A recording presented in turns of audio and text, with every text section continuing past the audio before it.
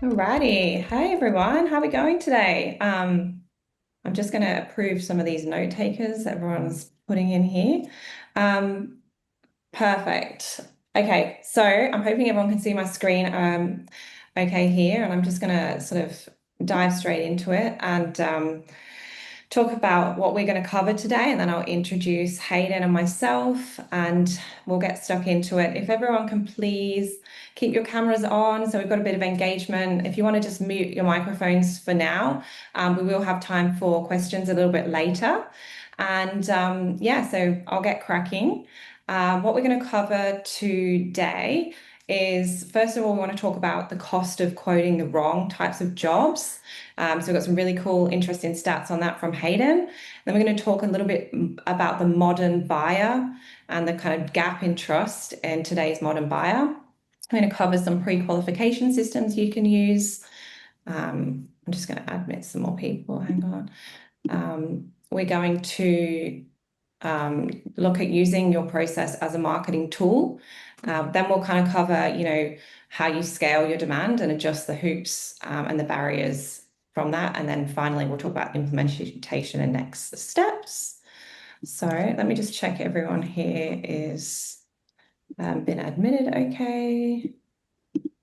Righty. Cool.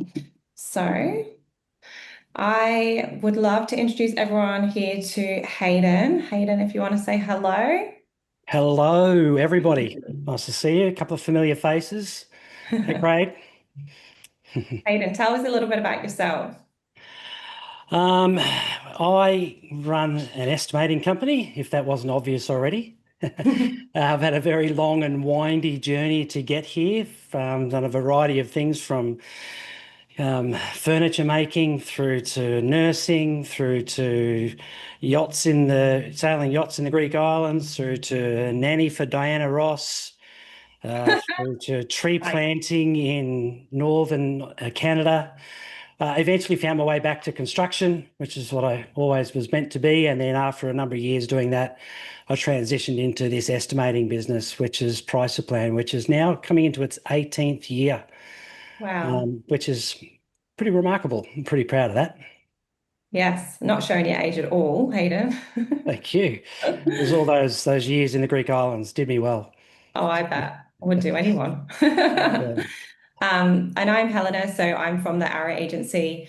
I founded the agency a few years ago. We work exclusively in the building industry, working with builders to generate more high quality inquiries and convert those into projects, which is what we all need to do. And we kind of educate builders along the way as well. So that's what we're all about.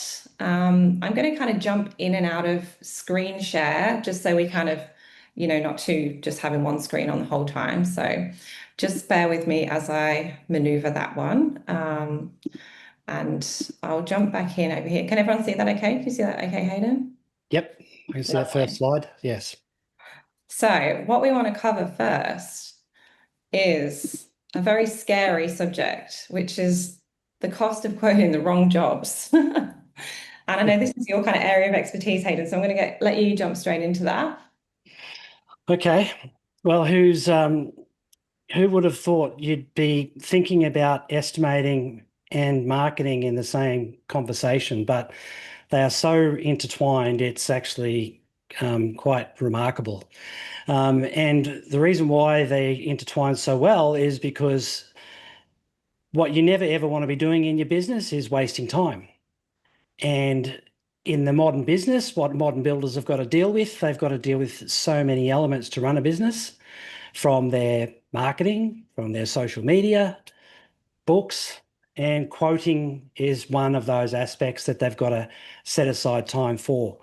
And typically, from my experience and all of the people that we talk to over the years, quoting is the thing that they least enjoy, unless you're Craig, because I know from working with Craig.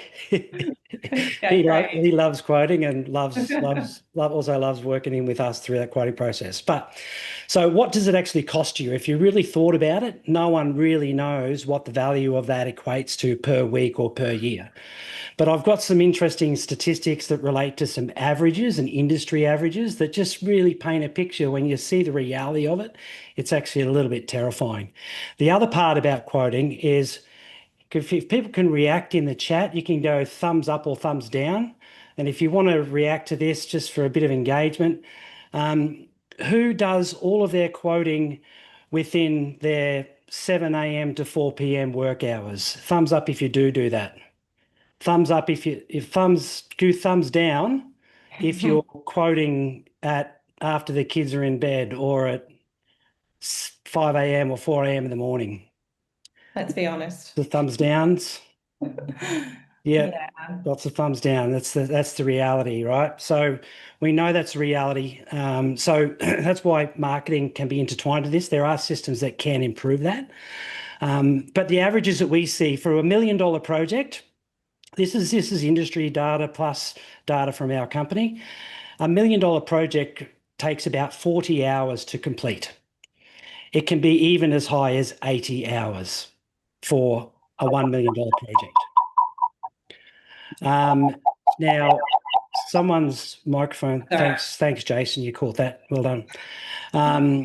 Yeah, so it's been 40 to 80 hours. And now if you equate that out to paying yourself, $90 an hour, that's about $3,600 per project of actual time. Now, the average builder is probably quoting around 20 projects a year. So you multiply 20 projects a year by that figure, you end up with $72,000. That's what that would equate to per year. So thumbs up if you're setting aside $72,000 in your business for your overheads to pay yourself for marketing. Thumbs up. Anybody? It's crazy. And I think there's roughly around 20 people in this webinar. So you multiply that 72,000 by just the people in this webinar, that equates to probably around $1.2, $1.3 million per year. That's just going off into where is it going? And so the idea is that when you paint a picture like that, it's a bit of a shock. And the reason why I think it's important to really know what those averages are, it means that if we can develop systems that make your quoting process more efficient, then you actually save time and you save money. The thing is, you're not alone. Like, everybody seems to be in a similar position. And I think the reason is that the industry is a bit screwed because the messaging that the whole industry is being taught and the clients being taught is that builders quote for free. And then you end up in this reactive hamster wheel where you're just trying to meet the needs of the client. And if you frame it this way, the client, when they are looking for a builder, they're the one that's making a choice. I need to find the right builder. Who's the right builder? But when you flip that and you start thinking about that in the same way, I'm the builder, I need to find the right client. It changes the way you approach estimating. Rather than being just reacting to all the demands and quoting for free, you're actually changed to be proactive and you're more selective and it's a bit more controlled. So it's not about how much time quoting is costing you. It's more about who you're going to end up quoting for. I think that's the key shift that needs to be discussed.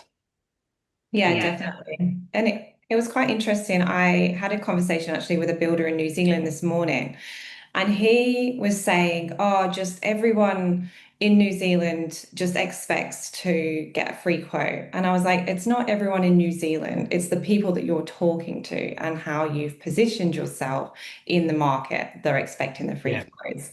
And that's why, and he agreed with that. And that's why, kind of like you said, that shift, that perception is like so important. So that's what we're going to talk about in the next slide. If you're finished with the cost of quoting, you go, Helena. Yeah. I think we all agree is really high. Yeah. Okay, cool. I'm just going to share my screen again. It's very technical when you're trying to run a webinar. And now I've lost the share screen button. Here we go. Um, so, and I'm trying to admit people in coming in as well. I'm so guilty of that. I always use the analogy of B.B. King, the amazing guitarist. He could never play guitar and sing at the same time. He would always stop Yeah, playing guitar to then sing. it's really I'm tricky. the same. Yeah. But yes, so the kind of trust gap and the modern buyer is what we wanted to kind of talk about in the next slide. So it isn't, clients aren't searching for the cheapest price. They're actually searching for certainty and they want to work with someone. It's always like a once, twice, three times in a lifetime type thing. Like it's not something that you make a quick decision on. So it's about trust. And the modern buyer is risk adverse. So they want to feel confident that they're not going to face surprises, they're not going to get delays, they're not going to get cost blowouts. So it's more about the predictability and the trust than it is about price. And so trust is built through education, right? So when you want to build trust with your audience, it's really important that you've got to think of this in a way that it's going to start at the first touch point. And your first touch point is your websites, your social media, like your online inquiry form, your funnel that you've built. Sorry, I've got someone in the waiting room. There we go. If you are um, if you are sort of clear with that client early and transparent, they're going to feel a lot more safe and a lot more easier to engage with you. So it's about pre-qualifying them like almost emotionally before they even get to like the quoting part.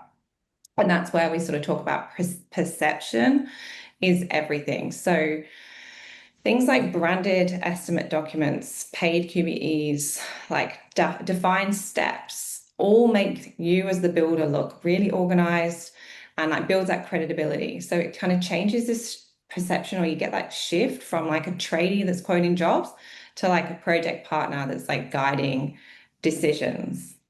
And so that's when we talk about your marketing, like how your process protects that client. So, as an example of a message that you could put somewhere like in your digital footprint, we follow a structured three-stage estimating process. So you know exactly where your money is going, no hidden costs, no surprises. So that is about building education and letting people know that you have a process in place to kind of build trust, but also letting them know that that's not going to be free. So you're going to kind of cut people out. You're going to naturally kind of filter out the price checkers with that type of messaging as well. We don't compete on price. We only compete on precision, things like that. Like they are all like really kind of valuable ways that you can communicate that message across. So the final thing I wanted to kind of mention here as well is like pre-qualification questions.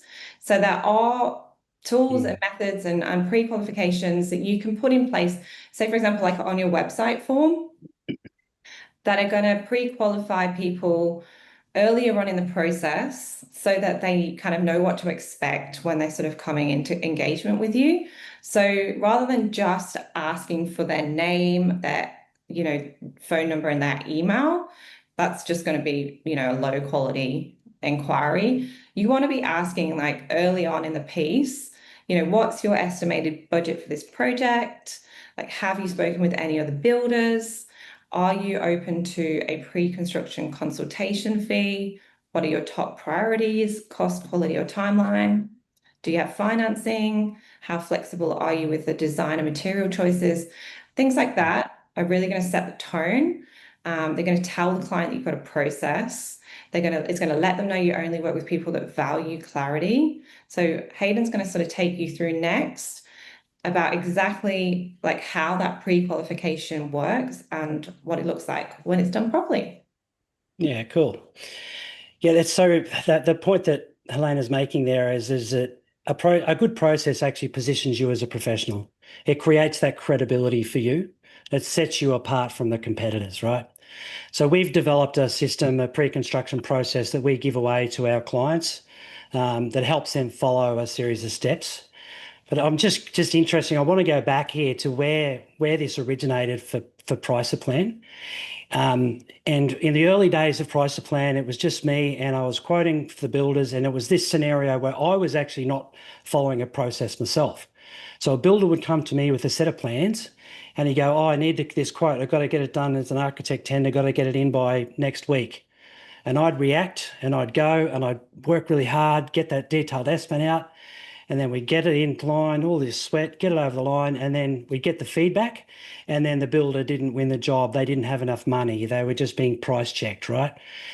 And the thing, like the amount of times that I went through that in the early days of offering our service, and the thing that I just saw was the emotional drain that that was putting on the builder, on me, and on everybody, right? It's just a freaking waste of time. So through consultation with my clients, I was like, well, what can we do differently? So then we started to implement a preliminary budget step.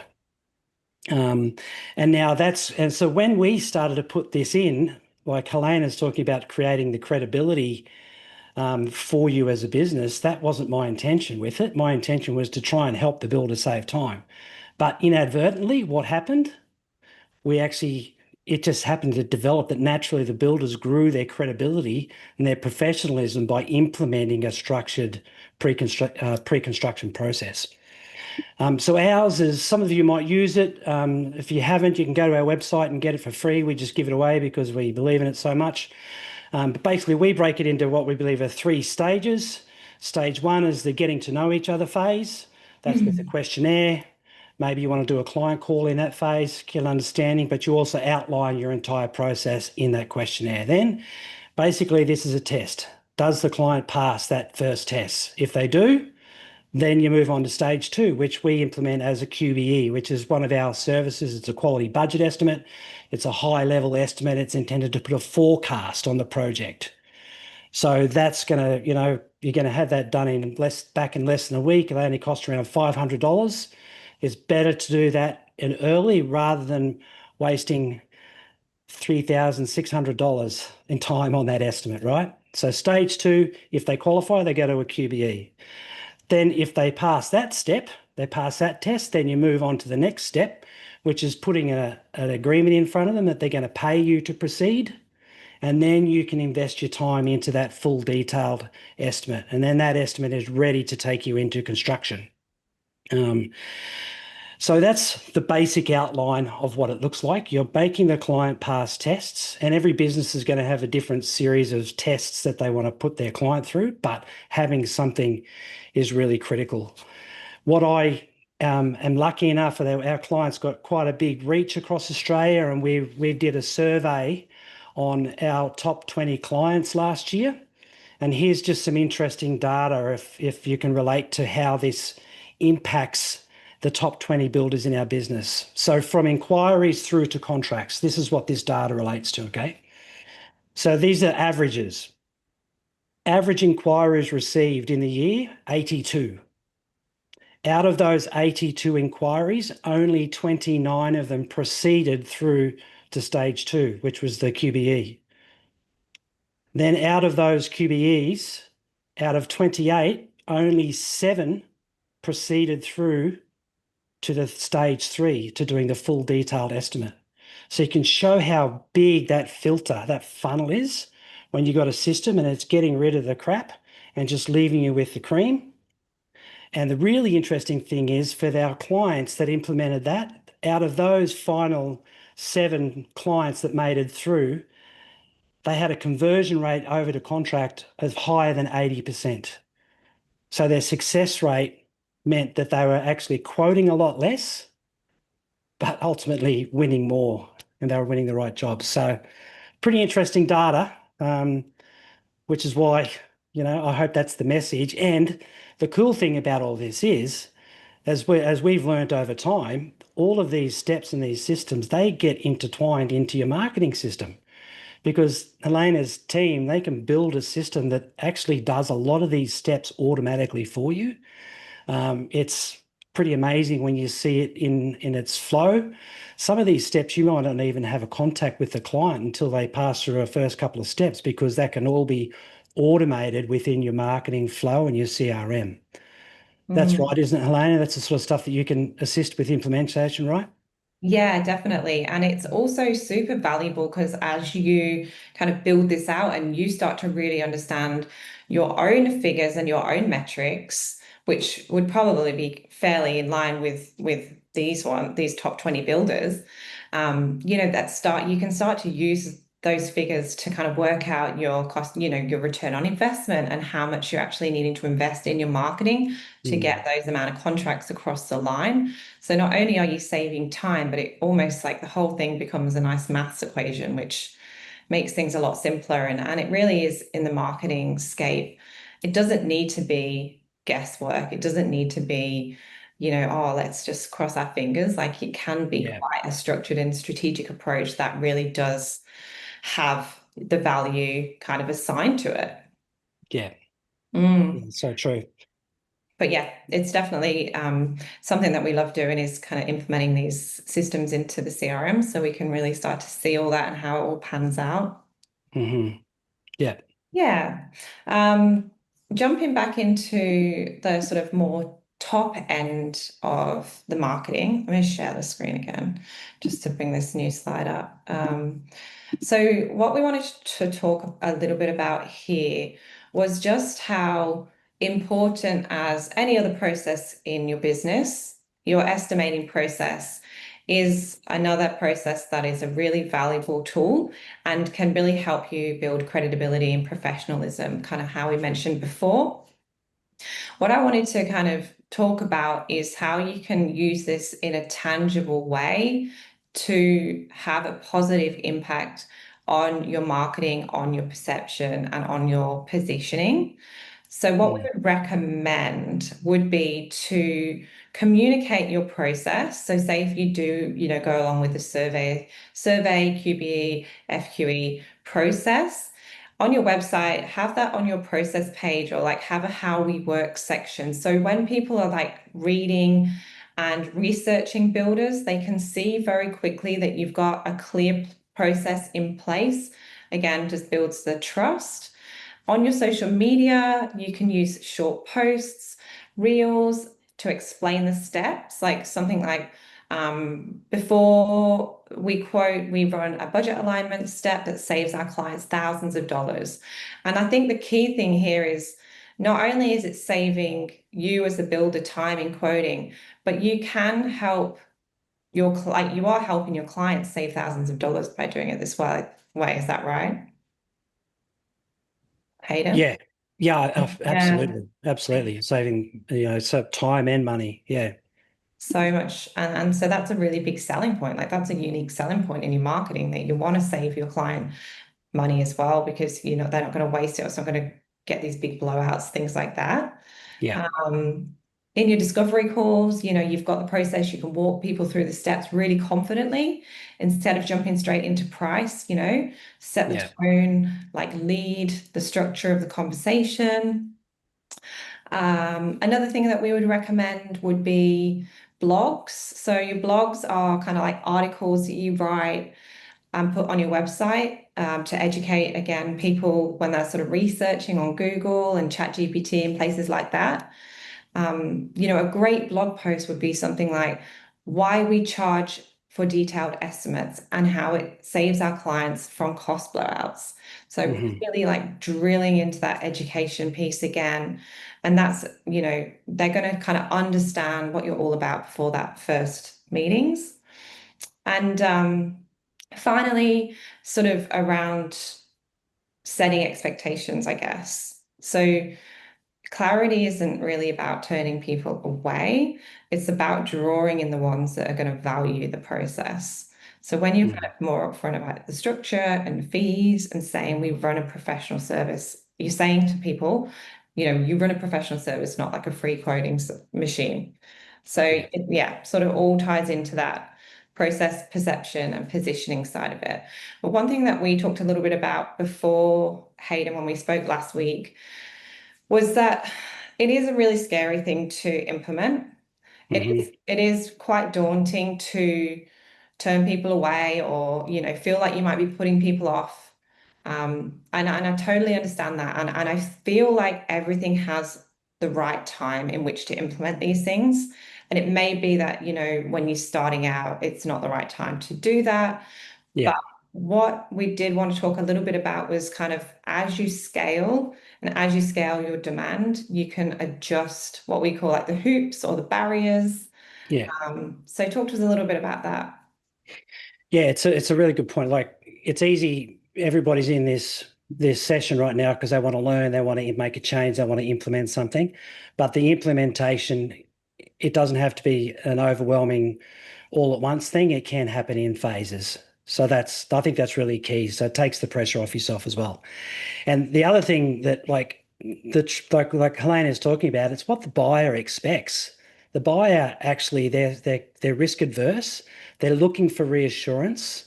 Because the perception out there is it's a bit negative. And this era of builder that we are all in now, the expectations on us are even more demanding, and there's even more scrutiny.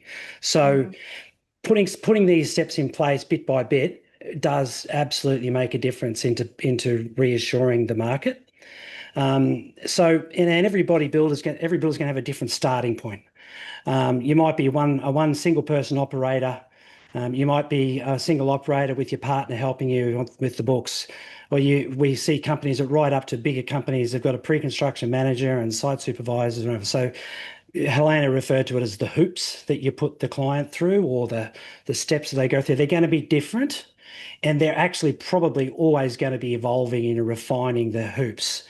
So, and I get that one of the nervous responses I hear when I'm trying to talk to our clients about implementing this is they're like, "But I need my next project. I need cash flow." They're nervous about that. It's totally fair enough. They're nervous that the other builder's doing it for free. So how can I implement that? Mm, Okay, that's fair enough. You can use that though. That's a marketing tool to show your professionalism versus the others. So implementing it slowly is possible. And one of the things that I encourage my clients when they're nervous about implementing it was just start with a questionnaire. If that's the one thing you start with, implement a questionnaire. And if the client does not want to fill out that questionnaire, then great, there's a red mark on them, they're gone. Okay. And the other thing that I hear clients say when they're talking about this nervousness, on the flip side of that, they also say, I'd rather go surfing and make no money than do that project and make no money. It's a common analogy that people are actually saying to me. yeah. So implement a questionnaire. If they don't like it, get rid of it. And then the next thing is about actually charging for quotes. And a lot of people are super nervous about this step. And the way I like to ease people into it is actually just implement a $50 consultation fee. Just start with $50. If that's all you implement, start there. And if the client doesn't do the questionnaire and then they're not prepared to pay $50 for your time, then see you later. Then they're obviously not going to be the right client to work with. Then over time, you can build that up. So I've got clients now that instantly, from the time they get an inquiry, they're putting in a $10,000 fee to do a consultation process for them. And that's, it's basically it's charging to quote. Now, there's a bit of negativity about that wording, charging for quote. I'm sure Helena's team can put a sexy schwang on that. That is, but it's your pre-construction process. You're paid as a consultant, or It is consulting is it's the yeah. consultant. Yeah, Because it is like, you're using your expertise, not just your time, but your expertise yeah, to provide them with something that's of great value. And um, I believe, yeah, people should pay for that, and they will if they're the right type of client. However, we do sort of, yeah, like we said, it would go in stages, and I love the idea of like just a $50 kind of fee. And again, you can build that out in the CRM. You can have that, automated almost, yeah, transaction. If they want to book in a call with you, they've got to pay this amount of money, and it's all out of your hands, so you're not worrying about invoicing and all of that sort of stuff. And probably what we kind of tend to see as the most common way that things progress, because a lot of the time when we start working with builders, they haven't done like a lot of marketing before. So it's Yeah. initially about kind of generating the inquiry and building the demand. And once we see that inquiry and demand coming in, like there's work that goes into refining the quality of the inquiry and making sure that is progressing in the right direction. Eventually, people get to a point where there's a good volume, there's a good amount of quality coming in, and they're not getting to all of the inquiries. And that's when we sort of would recommend, okay, let's do an automated email survey that goes out, additional questions that they need to answer before we're going to jump on a call with them. So once they've implemented that and then that's running smoothly, then you might implement a small fee. It's a structured approach. I don't think, we would go and say, okay, go from like charging nothing for a quote to charging 10,000. No, It's that's right. You state. got you got to be able to back that up. You can't just go, yeah, that's a great idea, and then just hit someone with a fee without being able to back it up with reasoning, education, documentation, and brand, and all branded to suit your professional approach for sure. Yeah. Yeah. So definitely work in progress, but you've got people like Hayden and myself that we do this all the time, so we can help, nurture people through that process as well. And that kind of leads quite nicely into the final slide, which is implementation. I'm going to share my screen again. Well, one last time. I see what crazy picture I've put. Oh, that's a pretty boring picture. I try and put interesting pictures on them so I can see what I can find. But yeah, so implementation. So how do you implement like your process, Hayden? Um, Um, well, we give away a template pack that's got a qualifying questionnaires. It's got pre-construction agreements that take them through those phases that intertwine with our service. So we give that to people, and then we give them a little branding pack that goes with it to show them how they can brand that up for themselves. Now, the implementation of that could be they could take those documents and weave that into an email response. So you manually just that's step one, right? You're just yeah, taking these templates, cut and pasting a template into an email to start to implement it that way. That's the simplest version that you can see. Right through to I've seen some of our clients have got so sophisticated pre-construction process where the client has got to fill out a budget assessment thing on their website first before they then get to the questionnaire. They've got to Mhm. pay a fee, and then it can be so sophisticated. But the first thing I think is get some form of template, whether you create it yourself as your first initial response right through to pre-contract meeting. Just start to save the correspondence you're doing over time so that they can be replicated and then built into a bigger system over time. Yeah, perfect. And I think from a marketing standpoint, what I would sort of recommend people doing would be, have get in front of the camera if you feel comfortable with that and talk about your process and how you quote and things like that. Another thing I would do is jump on ChatGPT, start getting it to generate content. You can get blog scripts on there, you can write your social media posts on there and get it to kind of emphasize that you've got a good process or that you value your time, things like that. I think actually we've got a blog writing GPT that we've built for builders. So I might see if that's available to share with everyone after this Oh, as interesting. well. Mm. And then the CRM obviously is a big part of how you automate that process. We always sort of recommend that you have a good process and then you work out the best ways to automate that because you don't want to automate a mess. Um, Mm. I'm just curious with the people in the room, can we do another thumbs up if anyone's got a CRM that's automating this process? Has anyone who has already got a CRM that's automating this process yet? Any thumbs up? No, no. lots of thumbs down. Yeah, so I think it's worth just painting a picture of what that looks like because I talk to a lot of clients that we don't do that. It's not what Price Plan does. We can give you the outline, but then the outline gets refined with a company like Helena's that automates. So what does it look like? The client goes to your website, they fill out an inquiry form. Then automatically from your CRM, that client gets They could even get a text message that says, "Hey, I just saw you filled out our inquiry. Thanks so much for that. Please follow this link to book a meeting with me." Then that takes them to your calendar page. Or it might automatically send them an invoice that says for the consultation fee, it's $50. It can automatically send them an invoice. Then Yeah. they go to the booking page, they book a link with you. Then you can do a follow-up email that says, prior to our consultation, can you give me a bit more information? So you can take your client through this journey without you even picking up the phone or even typing an email. It's really powerful.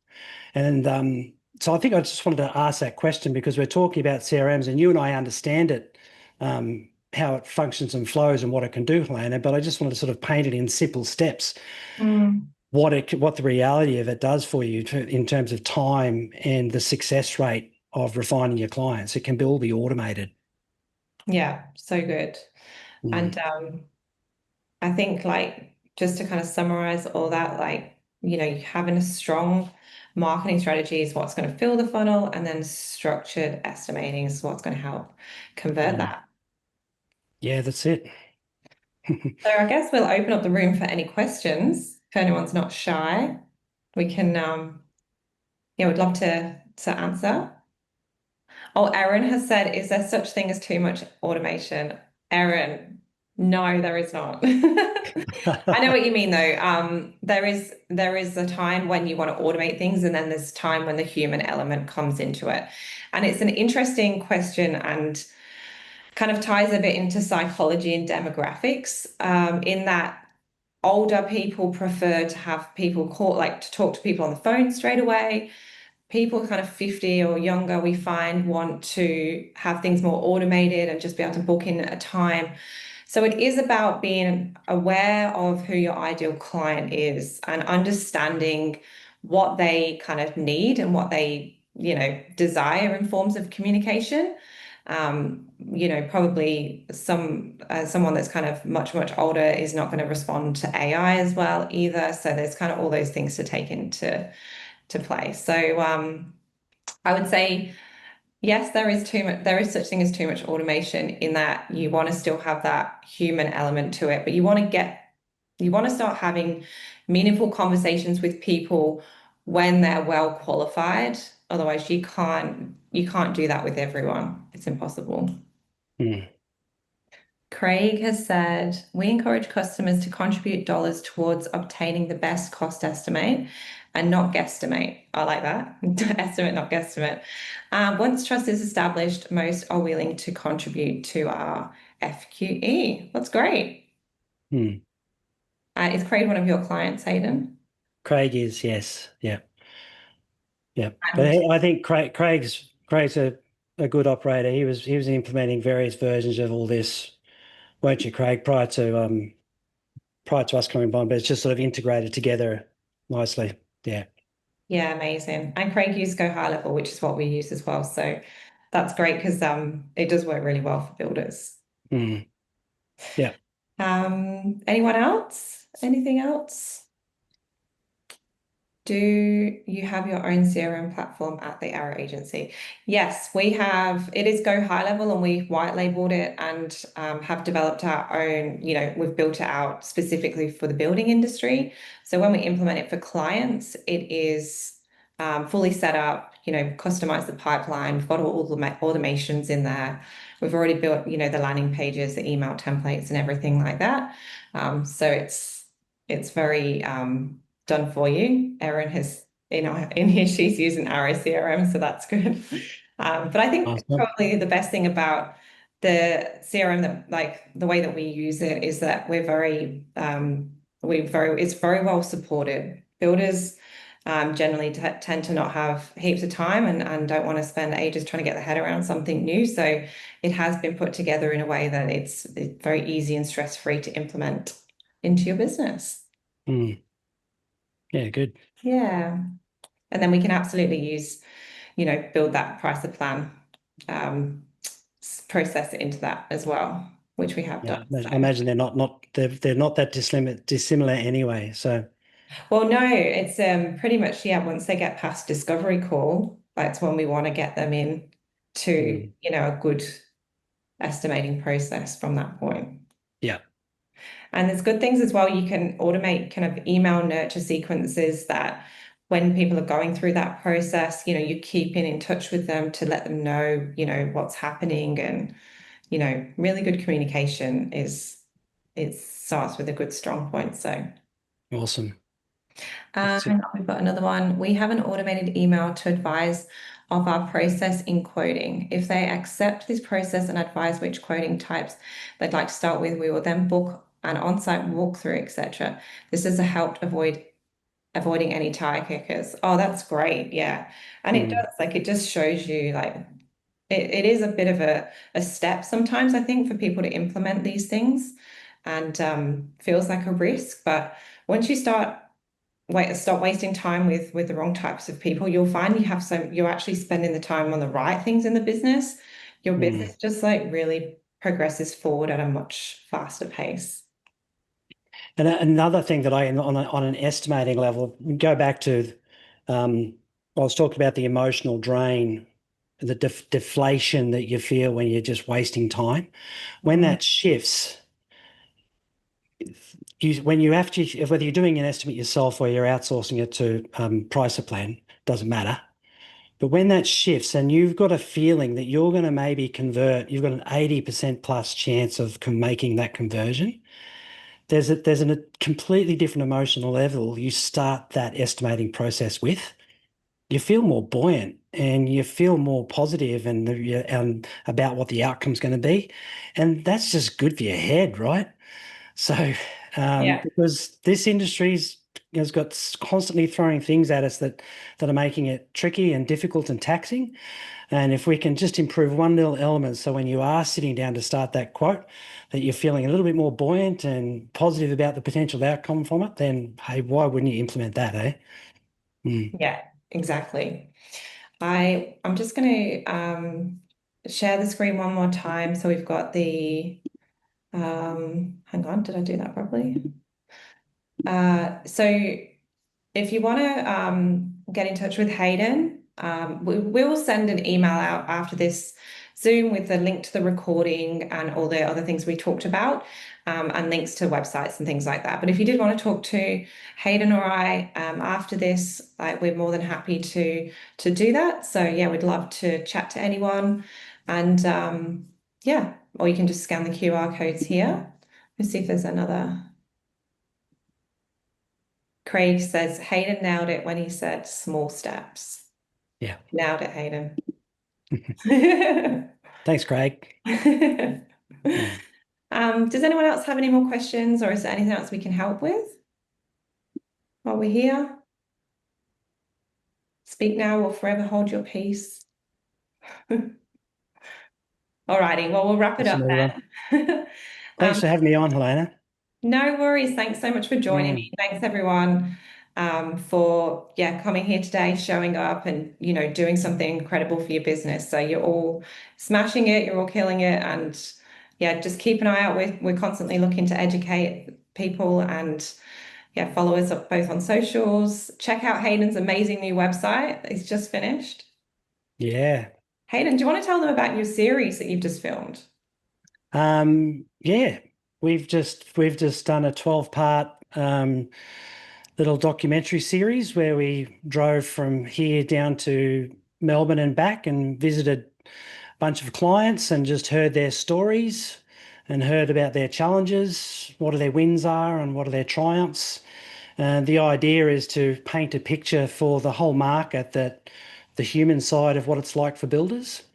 That there's a real person there. There's a father, there's a fiance, there's a boyfriend that's actually dealing with all of these people's projects. So yeah, it's a really exciting project that we've just released. The first episode got released last night. So if you see that on Instagram, give it a like and a follow. That'll help see that and get the word out.